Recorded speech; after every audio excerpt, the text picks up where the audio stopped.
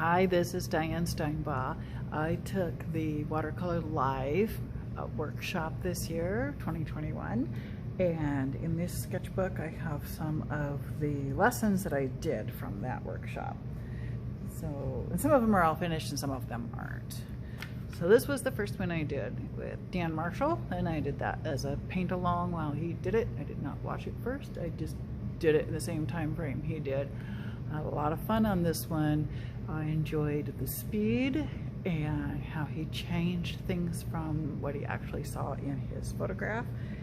And the fact that he went out there and did the plein air as well.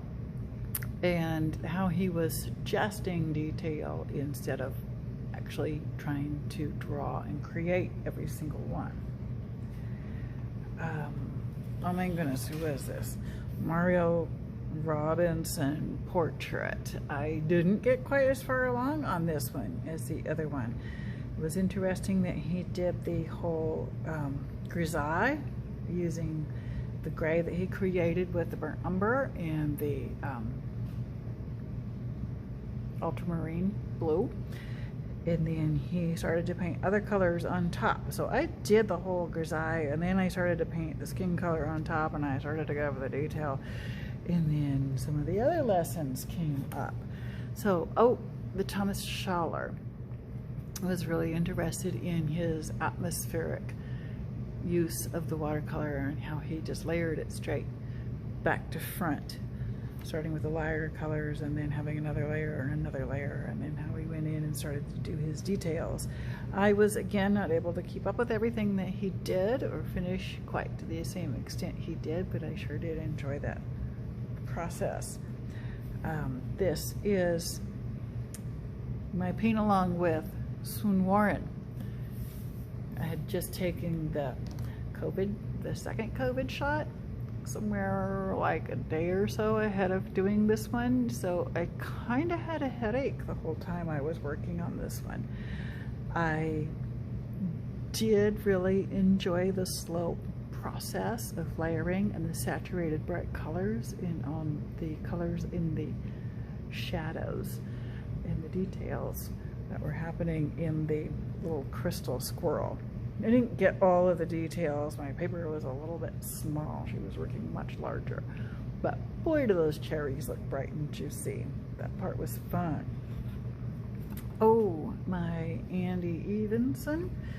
I did the value study as well, which is not here to look at, and then painted along with him. And again, the things I like about his style is it was fast and loose, impressionistic, imperfect. We don't have perfect circles, and that he was suggesting detail instead of trying to paint every last thing.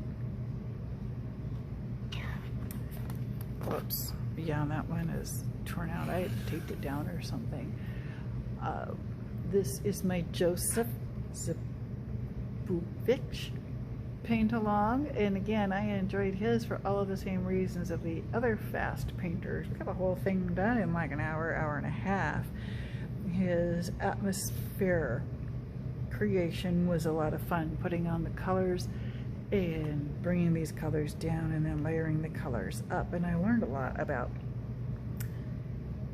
continuing to layer the colors as the paper was wet.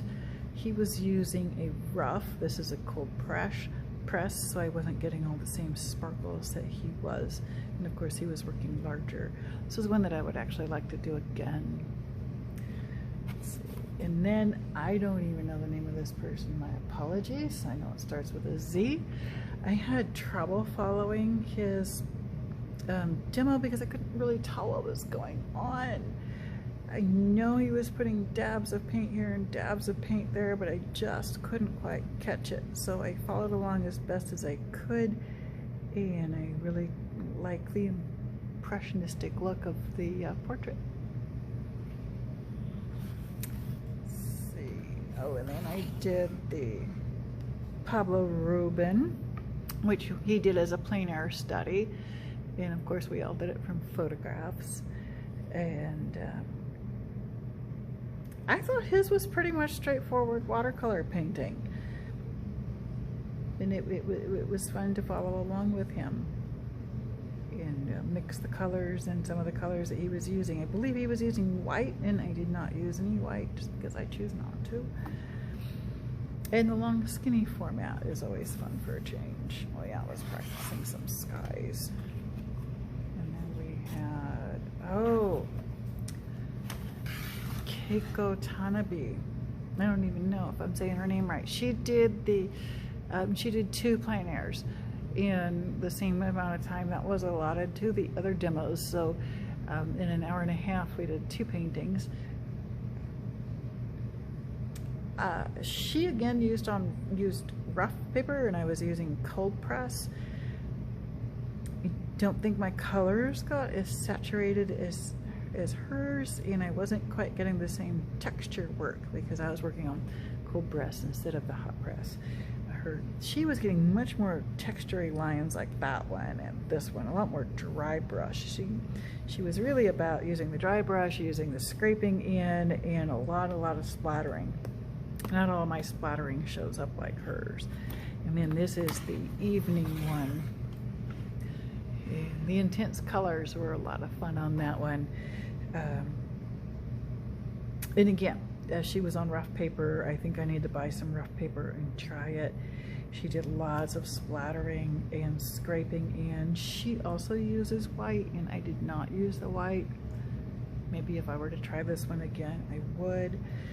I was trying different paintbrushes, like the Chinese paintbrush, to get some of those really rough dry brush marks that she was getting. So that's something to investigate. And then I've got room for another one. So anyway, those are my paint-alongs from the